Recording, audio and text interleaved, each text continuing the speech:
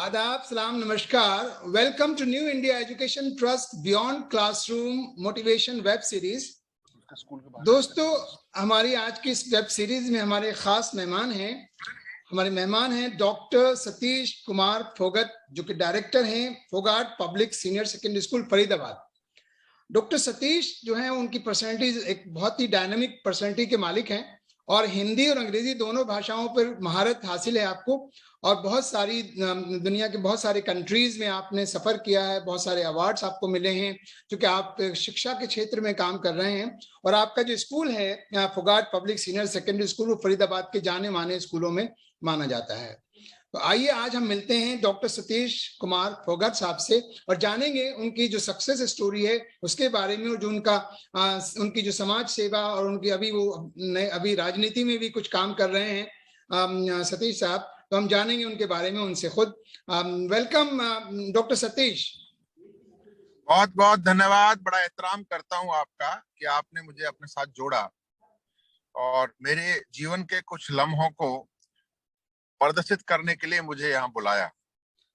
नहीं, हमारी कोशिश है कि हम अपने खासतौर से जो हमारे गांव का जो युवा है उसको ऐसे लोगों से मुलाकात कराएं जो बहुत ही मोटिवेशनल हैं, इंस्पिरेशनल है। उनकी सक्सेस स्टोरी से उनको कुछ ना कुछ मोटिवेशन मिलेगा। तो हमें लगा कि डॉक्टर सतीश कुमार फोगट भी एक ऐसी पर्सनैलिटी हैं जिनसे हमारे बच्चे जो है इंस्पायर होंगे। अवश्य अवश्य। तो हम चाहेंगे कि आप अपने बारे में कुछ बताएं कि आपका जो खासतौर से स्कूल का जो काम है, आपकी जो एजुकेशन में, शिक्षा में जो आपका कंट्रीब्यूशन है, खासतौर से Phogat public senior secondary school जो कि बड़ा जाना माना स्कूल है फरीदाबाद का, तो उसके बारे में और अपनी सक्सेस के बारे में कुछ बताइए। देखिए, सन 2001 से हमने स्कूल की शुरुआत की। बहुत ही सीमित साधनों के साथ हमने जुनून के साथ स्कूल की शुरुआत की जी। और लगन यही थी कि हमारी जो कॉमन पीपल है, आम जनता जनार्दन है, जिनकी पहुंच में बहुत महंगे स्कूल नहीं रहते हैं, वो ज्यादा से ज्यादा लोग जुड़े। तो हमने बहुत ही सीमित साधनों के साथ और कम फीस स्ट्रक्चर के साथ एक अफोर्डेबल एजुकेशन देने के लिए स्कूल की शुरुआत की। बेटियां ज्यादा पढ़ें, ज्यादा आगे बढ़ें, उसके लिए हमने उनके लिए विशेषतः दाखिला फीस निःशुल्क रखी। जी, बहुत खूब। इसके अलावा हमने उर्दू भाषा की फैकल्टी अलग से अपॉइंट की ताकि एक तहजीब की और एक अच्छी, क्योंकि उर्दू भाषा एक तहजीब की भाषा है जी। इसके अलावा हमने स्पिरिचुअल और रिलीजियस बच्चे बने और अपने धर्म से जुड़कर अच्छे रास्ते पर चलें।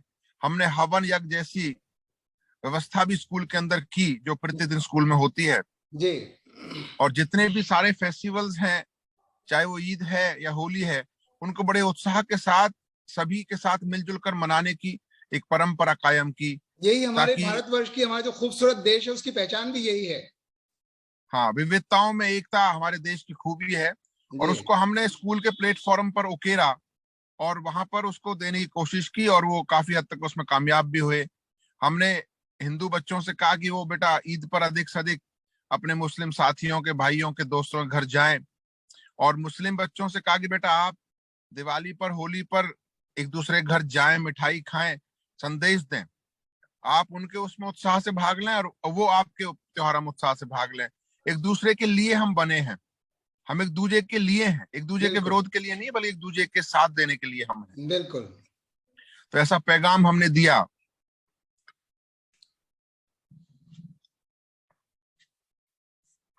नहीं, ये पैगाम आपका बहुत जबरदस्त पैगाम है, भाईचारे का, मोहब्बत का।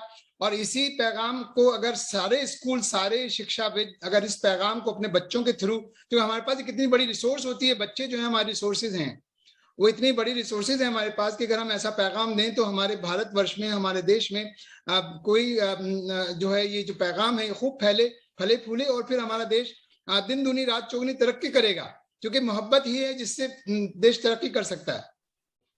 हमने शिक्षा को केवल एक लिखने का ज्ञान और पढ़ने के ज्ञान तक सीमित नहीं रखा, बल्कि उसको एक सलीके का आधार बनाया। जी। हमने शिक्षा का मूल उद्देश्य रखा कि शिक्षा लेने के बाद आदमी सभ्य होना चाहिए और वो एक देश का एक अच्छा नागरिक बनना चाहिए। बिल्कुल। केवल उसको हम इस बात पे केंद्रित करते हैं कि आपकी अच्छी परसेंटेज आ जाए, एक अच्छी आपकी अंक तालिका में अच्छे अंक आ जाए और आप एक अच्छे इंसान ना बने, तो वो ठीक नहीं है। हमने कहा कि आपको ज्ञान पूरा हो, आप कुशल हो जाएं और चीजों में शिद्दत से काम करें, लेकिन जी एक आप अच्छे इंसान रहे, उसके लिए आपके अंदर सलीके और मॉरल वैल्यूज और एटिकेट्स का होना जरूरी है। तो हमने बिल्कुल। ज्यादा फोकस जो किया वो मॉरल वैल्यूज पर, एटिकेट्स पर किया, तालीम एक तहजीब पर किया, शिक्षा इस सलीके पर किया। नहीं, मेरे ख्याल और से ज्यादातर हमने यही असली तालीम और असली शिक्षा तो यही है कि इंसान हाँ, पढ़ लिख क्योंकि करके एक इंसान बन जाए। The true meaning of education is the all round development of the character and personality of a person. No doubt about that. हाँ, तो इसलिए उस तरह का हमने विकास करने की कोशिश की, अच्छे इंसान पैदा करने की कोशिश की है, और लगातार हम उसमें कामयाब भी हो रहे हैं। लगातार आप जैसे भाइयों की दुआओं से और उनकी उपदेशों से हम काफी लाभान्वित होकर उन चीजों को अपने सिस्टम में शामिल कर रहे हैं। डॉक्टर सतीश, मुझे मालूम है कि आपके स्कूल के बारे में मैंने काफी सुना है और ये भी सुना है कि जैसे आप समाज सेवा, स्कूल के जरिए बहुत कुछ समाज सेवा कर सकते हैं और आप कर भी रहे हैं। जैसे आपने बताया कि लड़कियों के लिए आपने निःशुल्क जो है वो कोई उनके लिए फीस नहीं थी लड़कियों के लिए, और बहुत सारे बच्चे आपके स्कूल में एकदम फ्री शिक्षा पाते हैं। ये आपका एक समाज सेवा है, ये बहुत 300 बड़ी के समाज सेवा है। आसपास 300 students, girl students, specially girls, जी the girls from EWS section, the economic weaker strata of society की जो गर्ल्स हैं, जी 300 बेटियां ऐसी आज भी हैं जो तालीम के नाम से, एक अलग हमारा प्रोजेक्ट है, उसके अंदर पढ़ती हैं। उनकी शिक्षा, उनकी दीक्षा, उनकी किताबें, उनकी यूनिफॉर्म और उनका सभी प्रकार का जो खर्च है, वो सब का सब खर्च हमारी संस्था वहन करती है। तो हमारे प्रधानमंत्री का जो स्लोगन है बेटी बचाओ बेटी पढ़ाओ, उस पर तो आप अमल कर रहे हैं। उस पर हमने बहुत ही मेहनत से काम किया है। हमने केवल स्लोगन को स्लोगन नहीं रहने दिया, बल्कि उसको एक्चुअल में करके दिखाया है, और लड़कियों से कोई दाखिला फीस ना लेकर उन्हें प्रोत्साहित करके स्कूल में संख्या बढ़ाने का काम किया है। जी बिल्कुल बिल्कुल। नहीं, ये तो एक बहुत जबरदस्त समाज सेवा है, और खासतौर से लड़की को पढ़ाने का मतलब है कि आप एक खानदान को पढ़ाते हैं।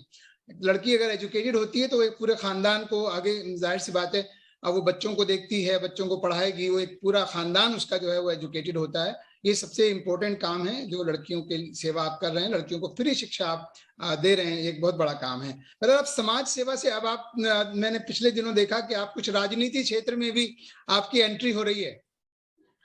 राजनीति भी एक सेवा का ही माध्यम है, बिल्कुल बिल्कुल। लेकिन आज लोग इसके अर्थ को थोड़ा सा अलग तरह से देखते हैं।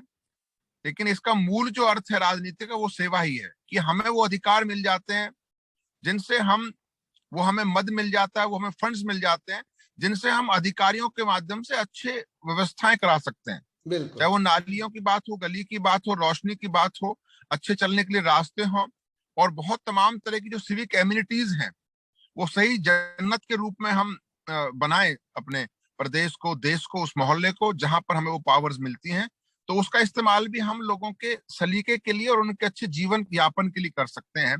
तो मेरे दिमाग में यही आया कि हम क्यों ना अपनी विद्वत्ता का और अपनी पढ़ाई लिखाई का और अपनी ईमानदारी का इस्तेमाल इस देश की तरक्की के लिए करें, और उन सारे हालातों को, उन जो भी हमारा जो पैसा, उसका सदुपयोग करते हुए वो सारी सुविधाएं मुहैया कराएं लोगों को जिनके वो हकदार हैं। जी। नहीं, मैं आपसे बिल्कुल सहमत हूँ इस बात से कि राजनीति जो है वो खुद एक समाज सेवा है। चूंकि राजनीति के जरिए आप बहुत सारे काम जो आपने अभी बताए, आपने गिनाए, वो सारी सुविधाएं आप मुहैया करा सकते हैं आसानी से। आप समाज सेवा दूसरे तरीके से ऑलरेडी कर रहे हैं, शिक्षा के क्षेत्र में आप ऑलरेडी हैं, राजनीति के जरिए भी बहुत सी समाज सेवा। और एक राजनीतिक जो होता है वो एक समाज सेवक ही होता है सही मायनों में।